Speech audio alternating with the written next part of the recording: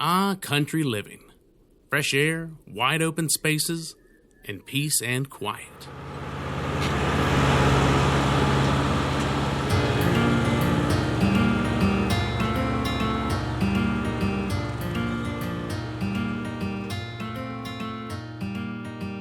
Nash County is a wonderful place to live, charming small towns surrounded by beautiful open countryside.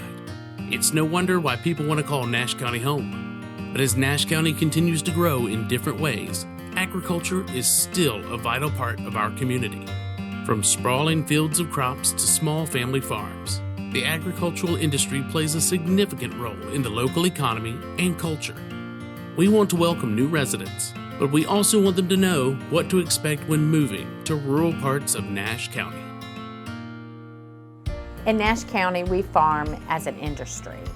It's a business. It's very large. You'll see a lot of equipment, machinery. You'll see tobacco barns. You will see warehouses, the cotton gin. You'll see a variety of agricultural-related equipment in our county.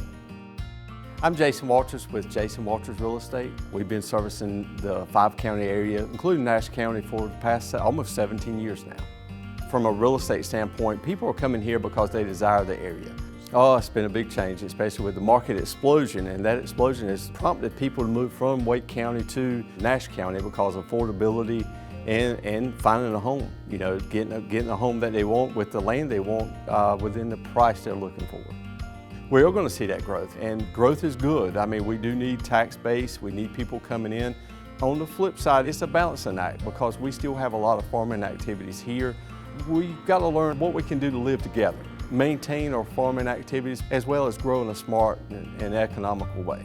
What we normally find that people moving from Wake County to Nash County, it's not a huge change or a culture shock as far as from a farming standpoint, but when people move from Maryland and New Jersey, some of the bigger towns or cities, and come to Nash County, what they need to be aware of is the farming activities. And a lot of this is seasonal, but during those times, so the season when crops are being harvested and those things, there's going to be activity and things that they're not probably accustomed to.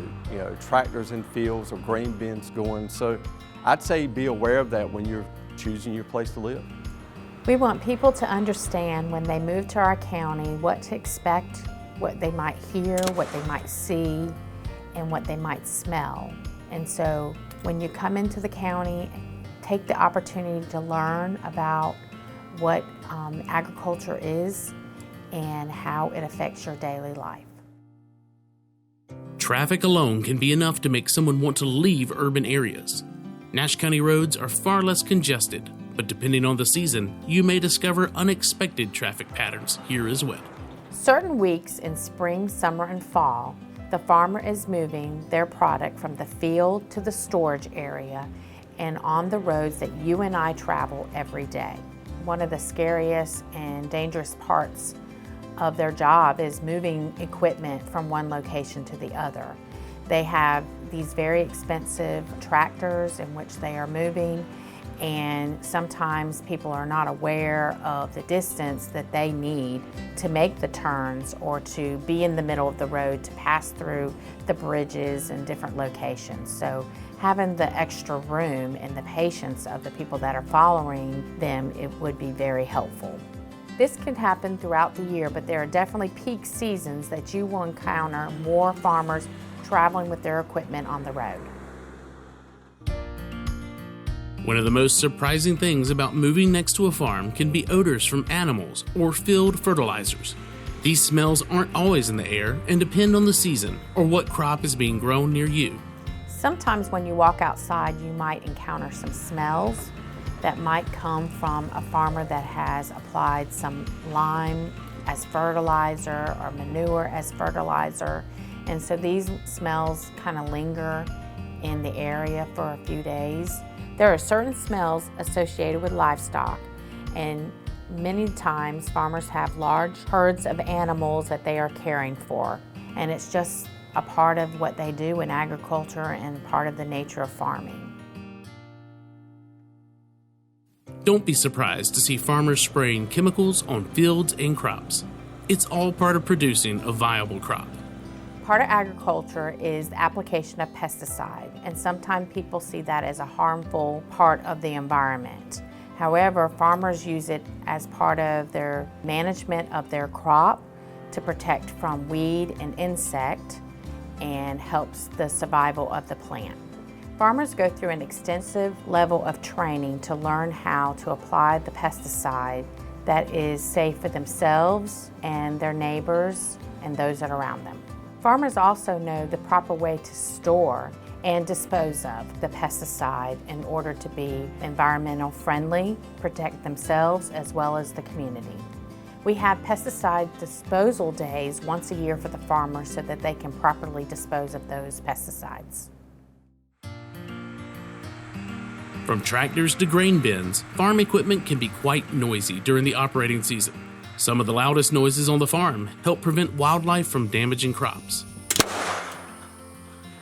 Farmers sometimes use loud noises such as cannons to deter any kind of animal that might be a nuisance to the crop. People that come from urban areas typically have this mindset that I'm moving to the country, that's going to be quiet, when it couldn't be further from the truth in most cases. On working farms, if you've ever been around very many working farms, there's a lot of noises. In this particular situation, you can clearly see out here that it's pretty barren. And then behind you can see it's very green. So these are soybeans, which is a typical crop that's planted all over eastern North Carolina.